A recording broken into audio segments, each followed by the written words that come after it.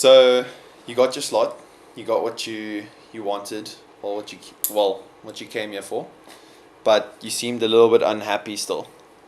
How come? Yeah, I don't think there's ever been a race where I've walked away fully satisfied or happy.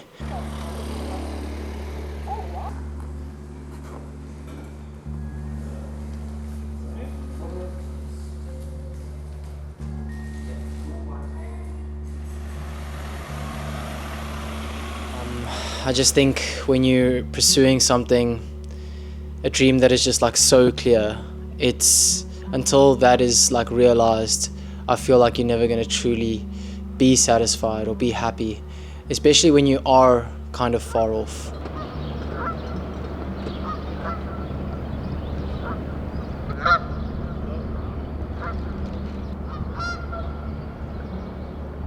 Run us through the day a little bit.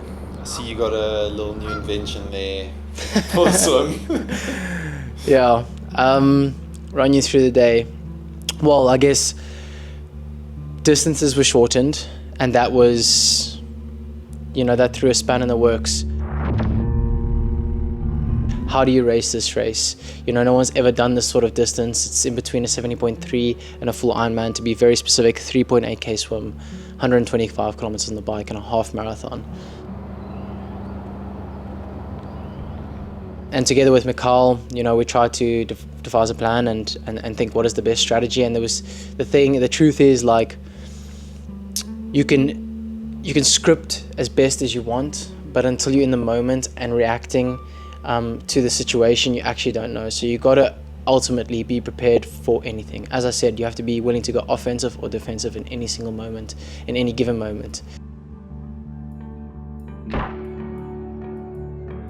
With the heat, it was too risky to push this one. It was just too risky. So yeah, I did have the easy Hydrogain glide. I've seen some good tests about it, and I wanted to test it for myself, but unfortunately it wasn't the day to test it because I just literally probably zone one the whole swim. I just tried to keep it as easy as possible. No one wanted to lead the swim, which I get is a whole nother conversation, because I'm starting to get worried about the intentions of all the athletes, because we're in a place now where we're inviting all the slow swimmers into the race, which is not going to serve us well in the bigger races, but that is a conversation for another day. So cruise the swim, there's not much more to say about it, just ticked over the kilometers and got to the bike, and I got on the bike and I immediately found that flow. Like, there's some days you just get on a bike and you're one with the bike and you're just moving in unison. The effort feels effortless, and this was one of them days where, like responding to moves, the holding of the position, everything just felt dialed and like in check. So it was really just about, my goal was really to stalk Gustav and Casper. I believe that they are not only the fittest on the start line, but I also think they're the most intelligent. So just marking their moves and following them was like my priority, as long as it felt within my, within my borders, within my sort of box. And it did. So, Nathan was like on and off the front the whole time, but I just basically stalked Gustav. And we got away as we entered lap 2, and I didn't have my Garmin, I don't know what we were pushing, but it felt honest, it felt good, and we opened up a sizable gap coming into transition 2, which, that's the moment you lick your lips. That's the moment where you're looking around, you obviously know how you're feeling, and at that point in time, my legs felt good. I felt far fresher than I did before I got off the bike in Elsinore. So I ran 72 there, and I was thinking, you know what, I could really be set up here. And I got off the bike with 2 world champions, sat down and picked the wrong bag up and had to run back and change my bag, and that saw me lost, I think, 20 seconds, which was, looking in hindsight, I think the mistake in the day. Like, the one mistake I made was panicking, running out of T2 and chasing. Like, I had this vision of this breakthrough in my head, and I was like, okay, I need to get back to them. I need to at least fight for it. And I just caught Gustav within like 600 meters. 20 seconds in 600 meters is just, it's gonna spike your core temperature. And I got to him and I ran straight past him, and then like quickly realized that, oh wait, like I might be feeling aerobically fine, I might be feeling physically fine, but my temperature is going to react because it is currently 39 degrees outside.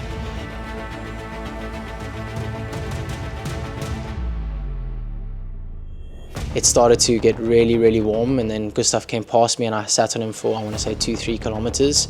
But the one thing about heat is when your core body temperature rises and it goes past a certain threshold, it's almost like there's no coming back. Like, you can't just ease off slightly and it's sharp. Like, you need to like really let off the gas, and that letting off the gas doesn't even feel nice. You start to go into like a really panic state in a world of discomfort, and your only saving grace is ice, which only comes every couple kilometers. And as I say in every video, that's when the dark thoughts come in, that's when the doubts come in, that's when, am I even going to get a slot, am I even going to finish this race, am I going to have to walk, am I going to have to, all these thoughts and doubts that come through. And it's just about managing them. Sometimes you manage them better than others, sometimes you don't manage them that great, but like, you have to just weather the storm. And I think for me personally, I'm proud of the way I weathered the storm, and I still came 7th in a European Championship world-class field. But I do think silly errors led to, the outcome. When I go and say what I say before races, that I'm pursuing for a podium, I want to do this, I want to do that, I'm also believing it when I say it. And so I'm constantly chasing that. And when you're chasing that and it comes so close like it did this weekend, like that breakthrough for me was like I could taste it.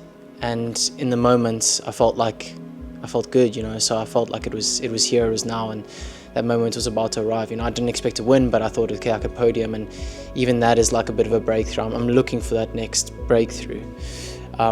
So for me to fall short by just like an inch is disappointing. And as an athlete, you get caught in that cycle. You get caught in that cycle of like, it's never good enough. It's never good enough. It's never going to be good enough. And I think, like with the people around me, my family and the supporters, it actually just made me realize, like, damn, Jamie, like you've just gone back to back, qualified. You've spoken about before every race, you've spoken about after every race. People care, people watch. Like, if you had to tell your younger self that this is your life now, and that this is how much people you're inspiring, or that you're moving in your process, I think you'd be pretty darn happy. So why can you not just be happy in that moment and just say, like, you know what, like, I gave it my best shot and I blew up in the pursuit of my dreams, and that's awesome. So it did take a second, like, to realize that after the race. And I think even still, like, I made a remark at dinner tonight that, like, there's still always going to be this part of me that's like, no, the job's not done, I want more, which is okay. But I can't get sidetracked, and I can't let this life and this triathlon journey slip me by, only thinking that this one thing is going to be everything.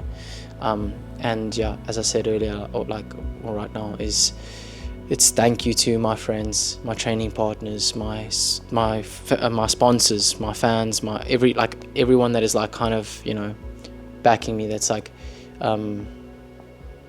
made me, and even the haters, because the haters are maybe seeing a kid that like is like nothing's ever good enough, So like if they put some hate out there, it's like, they're actually all right, and like I need to wake up and be like, damn, bro, I did that, and I need to be proud of it, and I am proud of it, because it is bloody good, and there's thousands and thousands and thousands of kids that wish they were in my position and could do what I did. So yeah, I am actually happy now. Now that we have slots, Let's go. Big block coming in. What's the plan moving forward? Yeah, so we've got the 2 slots. What we came here to do, like, with everything said, with all the you know, the videos and the remarks that we've made, the thing is, we've done what we need to do. You know, like, I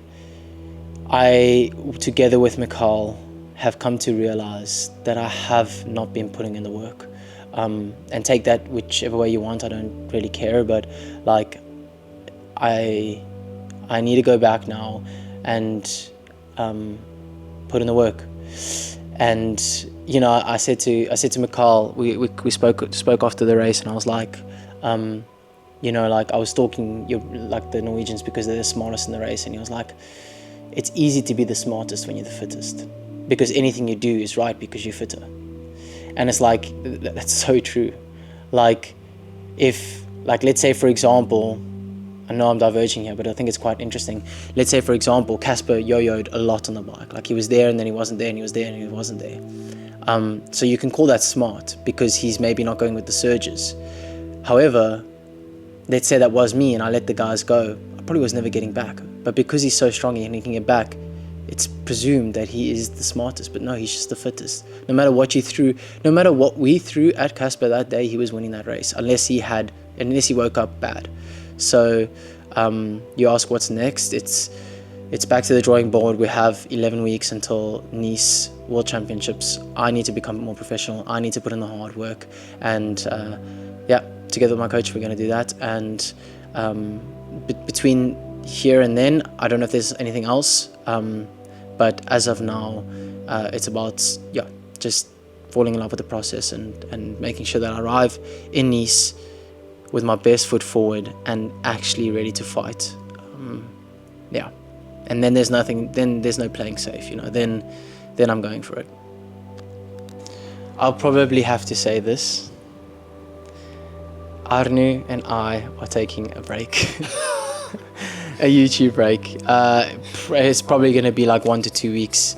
It's not going to be anything crazy. We have put up a video every single week, sometimes even twice a week, since like January the 10th or something. So it's been non-stop. It's been very easy for me because Arnu has done literally everything. I just have to sit down in front of a camera 10 minutes a week and rattle on, because we found our flow, we found what we like and how to make the videos, which is cool. But we are going to take a break. He needs a break, so we will be taking probably a 2-week break from YouTube. So this is your call to subscribe, because you're not going to see, the video is not going to pop up on your home screen, and we will make sure that the video that we come back with will be a dope one. So yeah, we're going to Kona.